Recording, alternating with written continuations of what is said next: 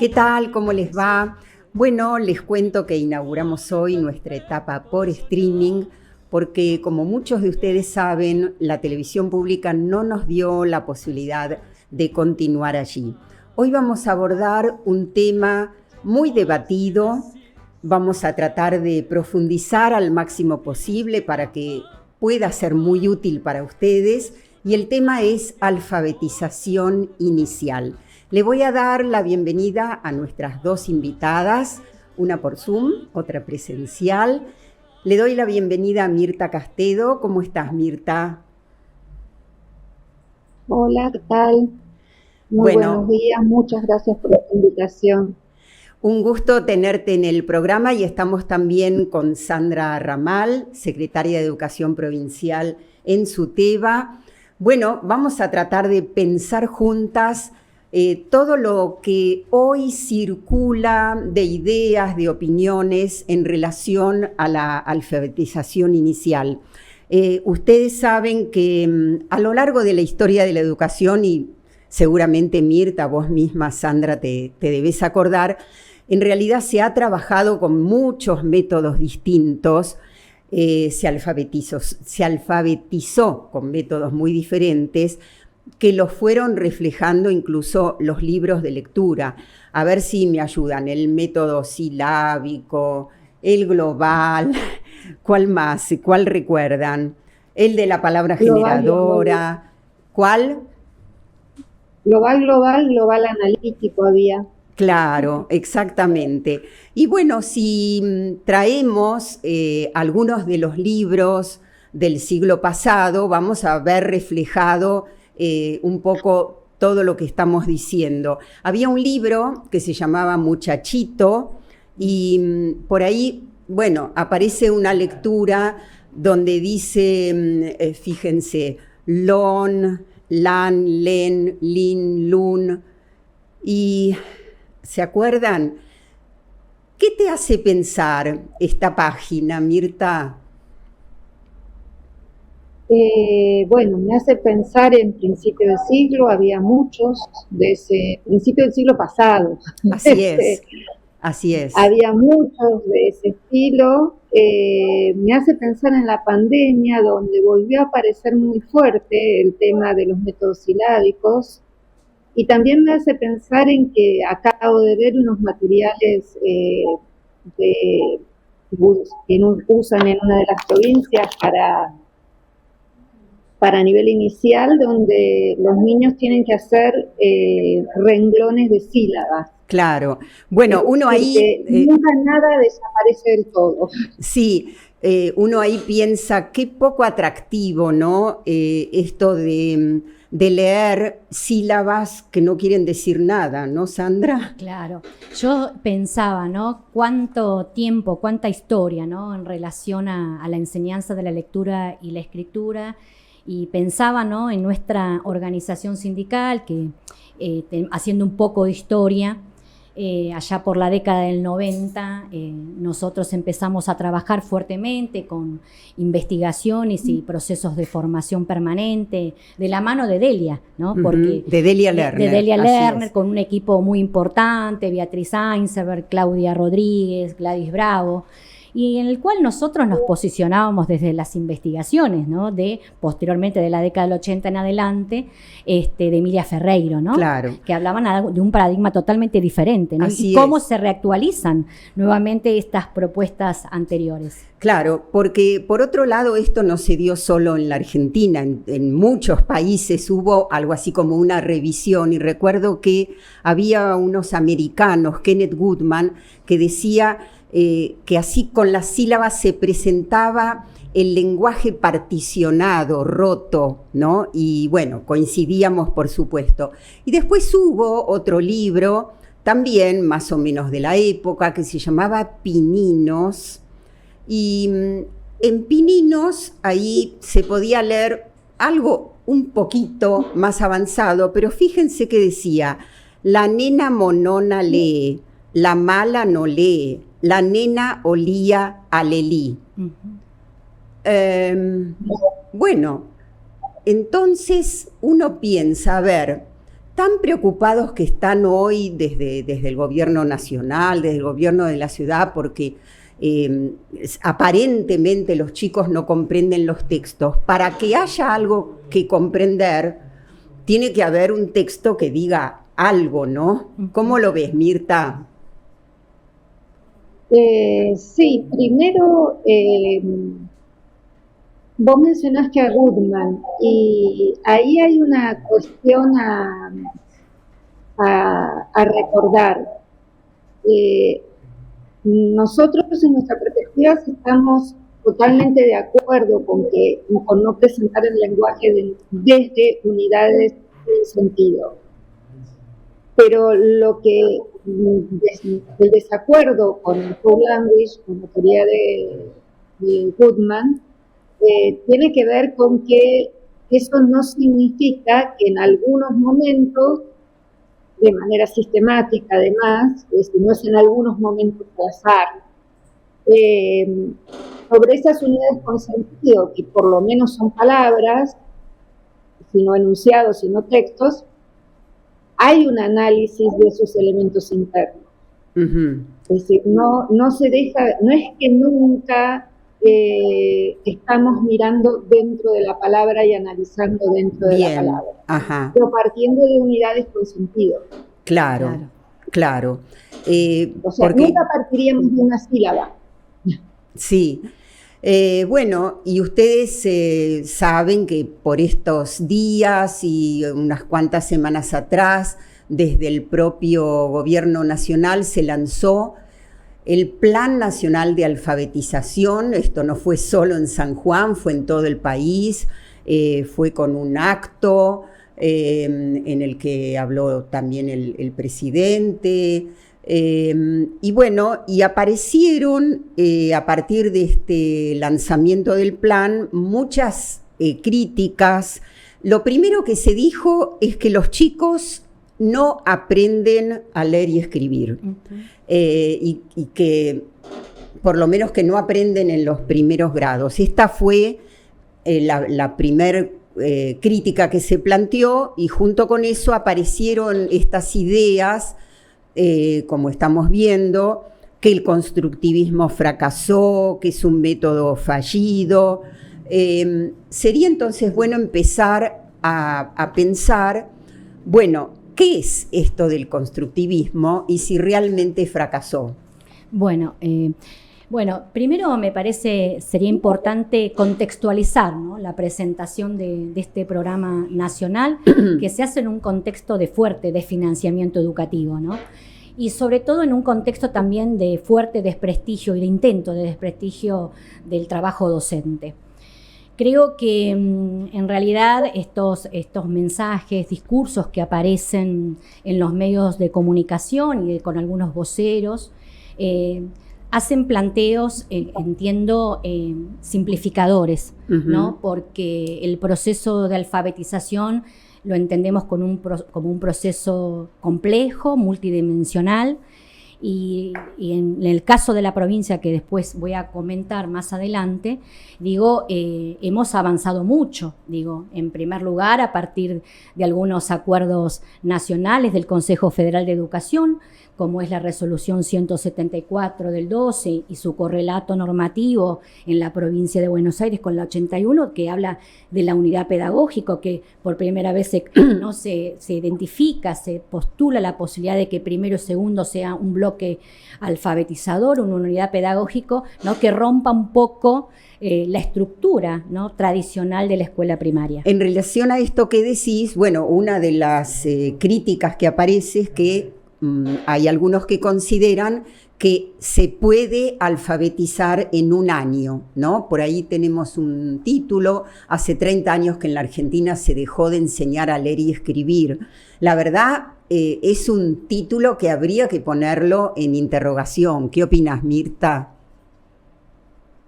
Mira, yo creo que de momento, desde el año pasado, cuando Argentinos por la Educación lanza la campaña con este hashtag no entienden o que entiendan lo que lean después, hay una campaña mediática muy intensa que se caracteriza, desde mi punto de vista, por dos cosas. Primero por una sobregeneralización abusiva. Nadie entiende, nadie enseña, todo es la misma escuela, todo es el mismo límite. Tal cual. Y la otra característica es la reducción a los extremos. Hay solo dos maneras de enseñar y entre medio no hay nada. Entonces, primera cuestión a discutir es, a ver, ¿hay escuelas donde hay problemas graves con la alfabetización? Sí, seguro que hay. Y hay escuelas donde, en ambos enfoques, ¿sí? Y hay escuelas donde los chicos son fantásticos y leen maravillosamente y escriben muy bien, hay. Y en el medio hay de todo. Así es. Porque si no, las pruebas a aprender no darían lo que dan. Esas pruebas a aprender que justamente se enfocan para justificar que los chicos no entienden lo que leen, tienen dos lecturas. Uno puede leer que hay un porcentaje relativamente pequeño, un 30% de niños en un examen, pero también puede leer que hay más de un 80%, en realidad casi un 90% de niños que por lo menos tienen un nivel básico. Y el nivel básico implica cosas que no son menores. Por ejemplo, estoy leyendo, porque los saqué para tenerlos a mano, los indicadores. Los estudiantes que se encuentran en el nivel básico, por ejemplo, eligen un resumen adecuado para un texto, reconstruyen la secuencia temporal de cuentos breves, reconocen la idea central a través de inferencias. A ver, eso no es no saber. Quiere decir que ahí hay escuelas que enseñan y hay niños que aprenden en un 90%. ¿Hay un 10% que no? Sí, y de ellos tenemos que ocuparnos. Claro. Pero no podemos generalizar. Así es.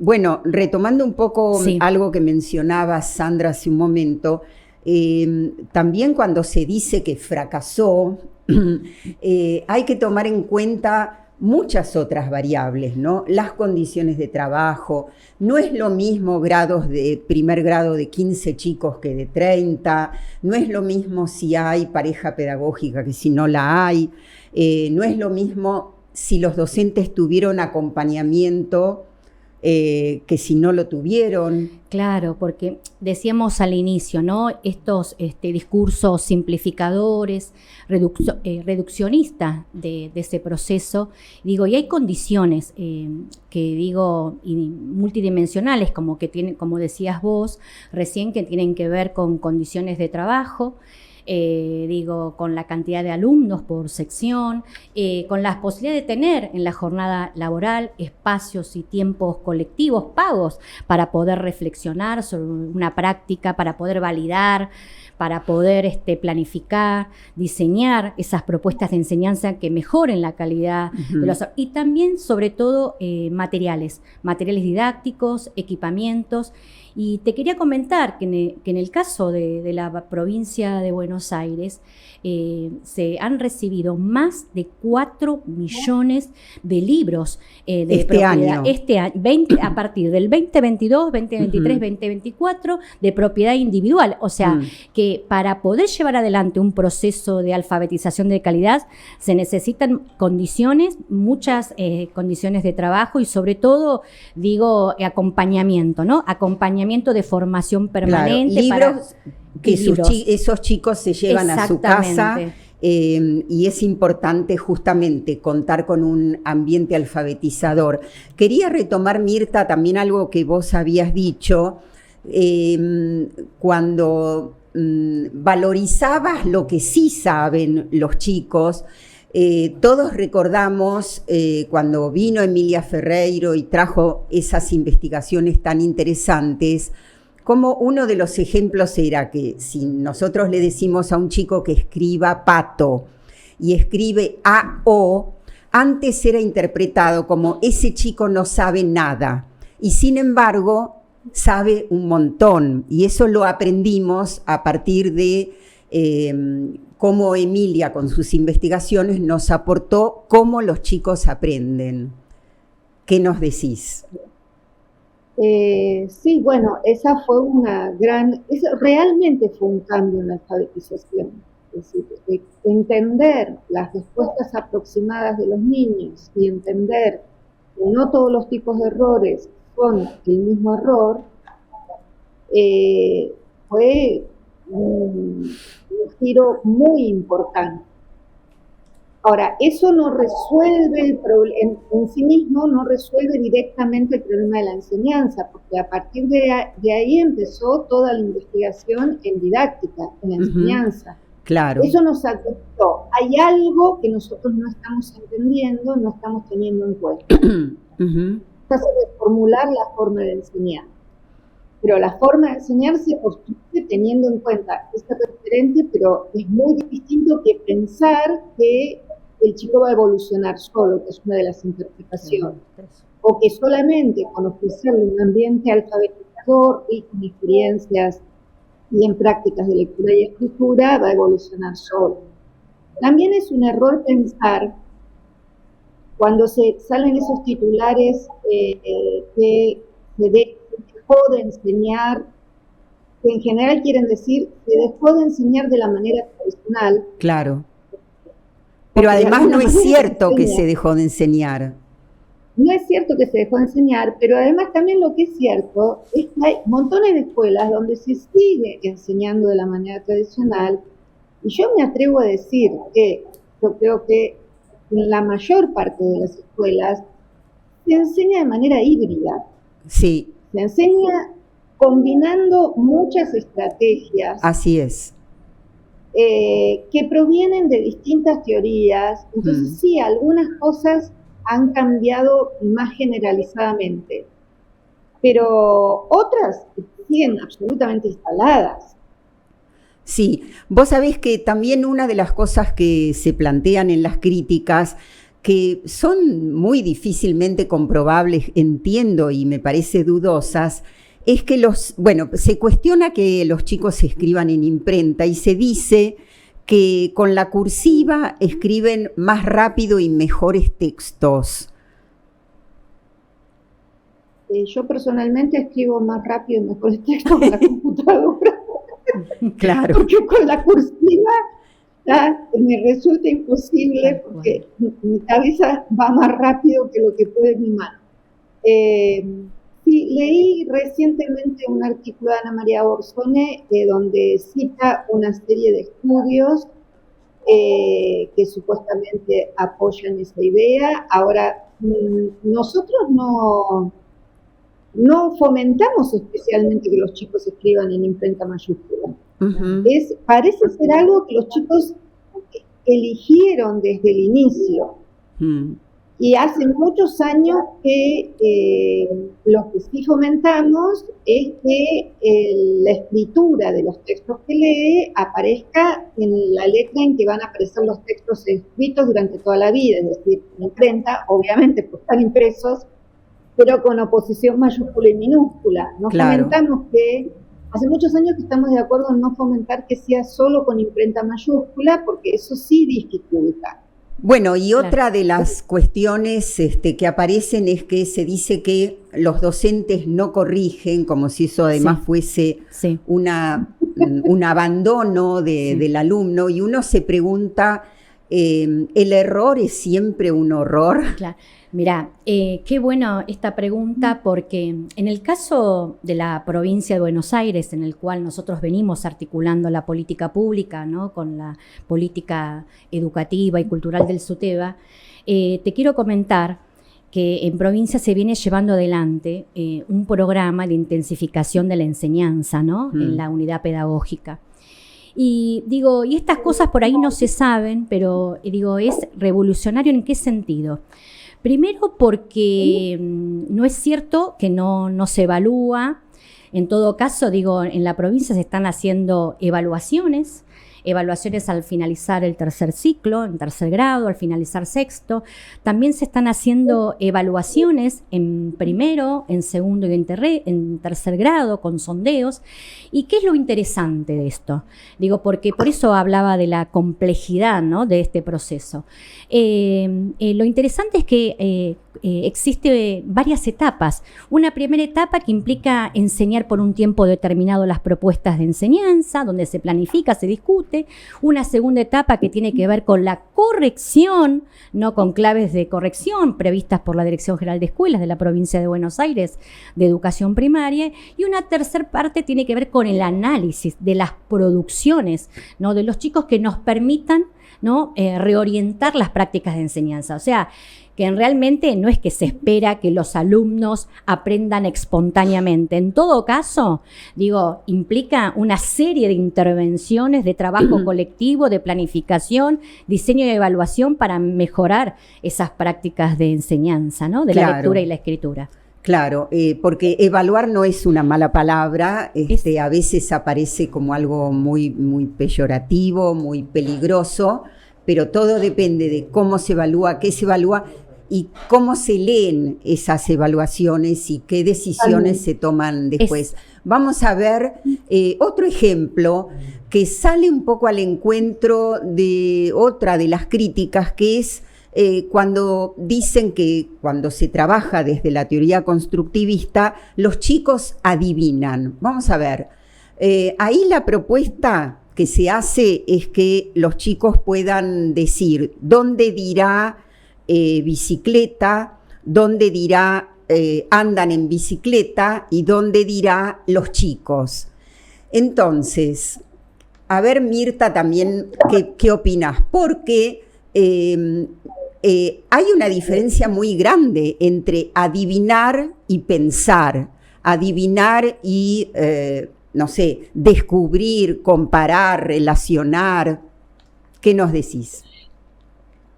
Ninguno de los dos extremos como de costumbre. Leer no es ni adivinar ni decodificar. El decodificado no me va a garantizar que entiendan lo que está leyendo. Podrían decodificar y después integrar y comprender, pero no me lo garantizan. Y simplemente decir, acá dice chicos, acá dicen los chicos andan en bicicleta, porque sí, tampoco es leer. En ningún momento nosotros que leer tienen que adivinar. Lo que decimos es que tienen que anticipar en función del contexto. Es decir, hay un contexto de la situación, en este caso hay un contexto gráfico, las imágenes, que me permiten anticipar que algo de la bicicleta y de los chicos debe decir, o en el otro caso las manzanas debe decir por ahí. Pero para esa anticipación, que no tiene que ver con adivinar, porque la anticipación es un razonamiento. Claro. Esa anticipación hay para poder leer, corroborarla con los indicios que se encuentran en el texto, es decir, con las letras. Acá hay más letras, acá hay menos letras, acá está la de bicicleta, que es la misma de otra, no se me ocurre ningún nombre en este momento que no vi. Y esta es la de chico porque es la de chancho, y así sucesivamente. Ahí es a donde nos metemos dentro de los enunciados para analizar. Por eso nuestro trabajo principal tampoco es de reconocimiento de palabras, es de análisis de los enunciados escritos, que pueden ser palabras o enunciados más extensos. Entonces, no sé por qué ahí hay tanto malentendido, porque hay ríos de tintas escritos sobre esto y desde hace muchísimos años. ¿Por qué se le da te pregunto, ¿por qué se le da tanta importancia desde el constructivismo para que los chicos trabajen, y quizás desde el nivel inicial, con el nombre propio? Es una de las piezas de escritura que justamente hay contexto, porque yo texto oral de cómo se llaman todos mis compañeros, y entonces a partir de ese contexto puedo anticipar que en esas piezas de escritura, que son los nombres de mis compañeros, hay alguna que tiene que decir Benito y hay otra que tiene que decir Benicio, porque son los nombres de mis compañeros, y justamente tengo que meterme en el análisis de esos enunciados para poder distinguir qué dicen uno y en uno y en el otro. Entonces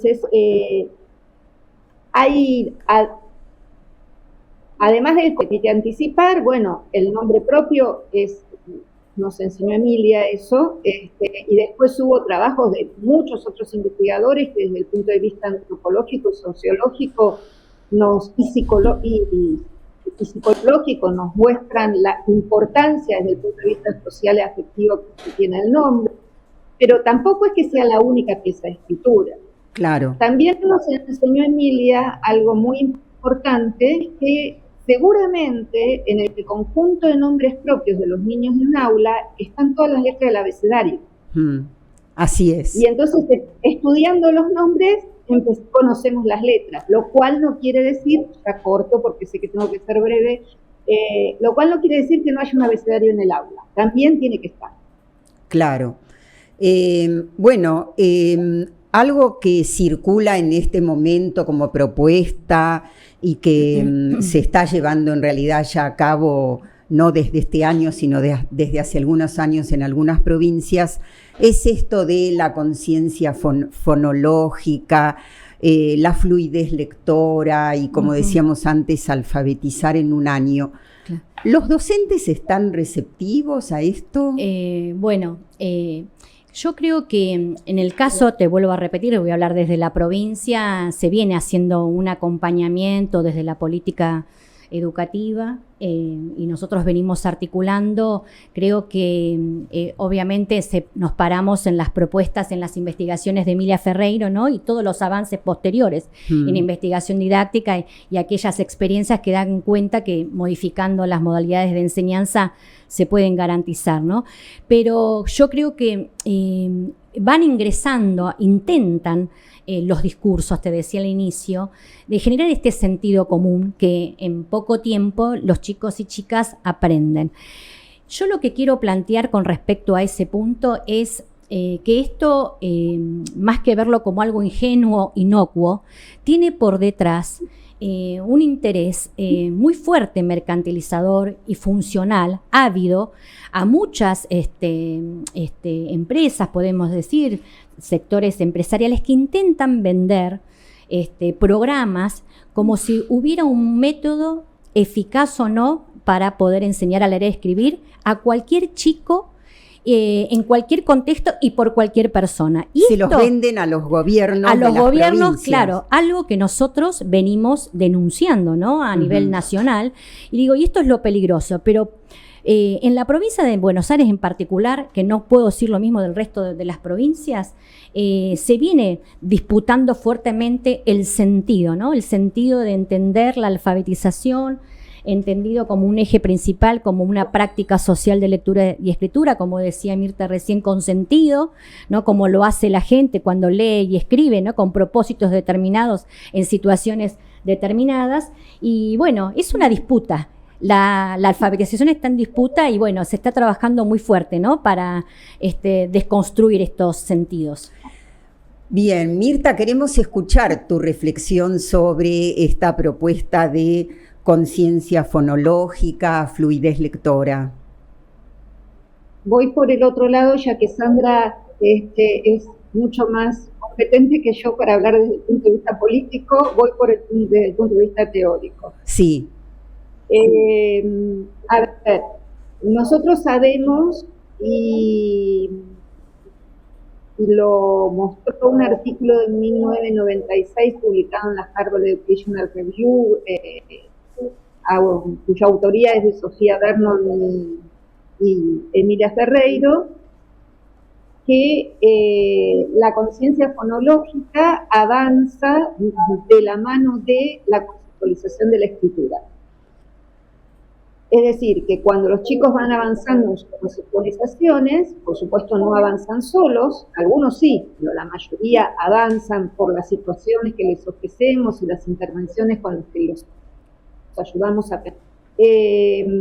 Cuando van avanzando en su conceptualización de la escritura, van avanzando en la construcción de la conciencia fonológica. Algunas investigaciones que hemos hecho recientemente van mostrando lo mismo y van mostrando que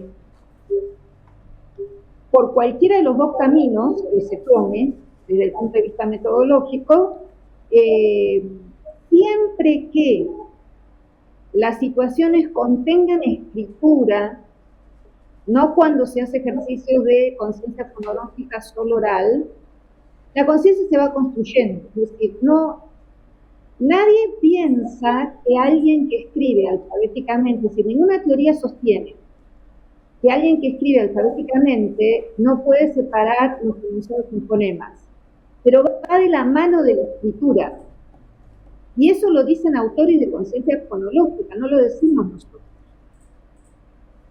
Lo mismo pasa, es decir, que cuando nosotros hacemos los análisis de comparar Benito con Benicio y encontrar qué partes tienen en común y no, advertir que todos los días de la semana terminan con las mismas letras, etcétera, y empezamos a hacer esos trabajos de vinculación entre partes de la emisión oral y parte de la emisión escrita, estamos enseñándola, aunque no digamos la conciencia fonológica, porque no lo es, nuestro objeto de enseñanza es la escritura.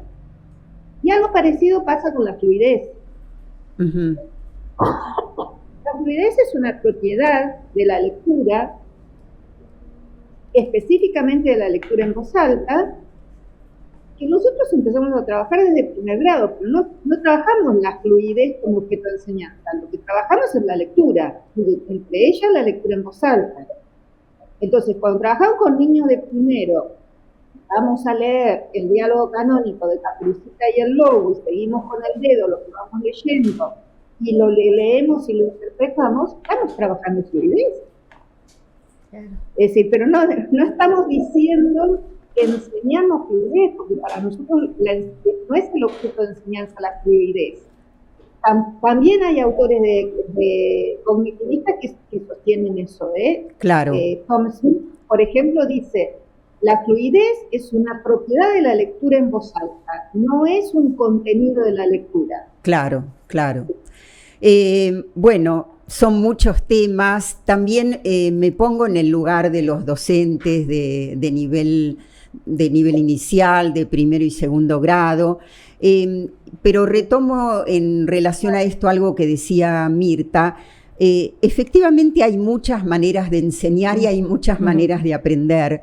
Creo que lo que importa es tener en cuenta muchos aspectos que el constructivismo aportó, y uno de los que no mencionamos es lo que significa para los chicos comprender para qué sirve.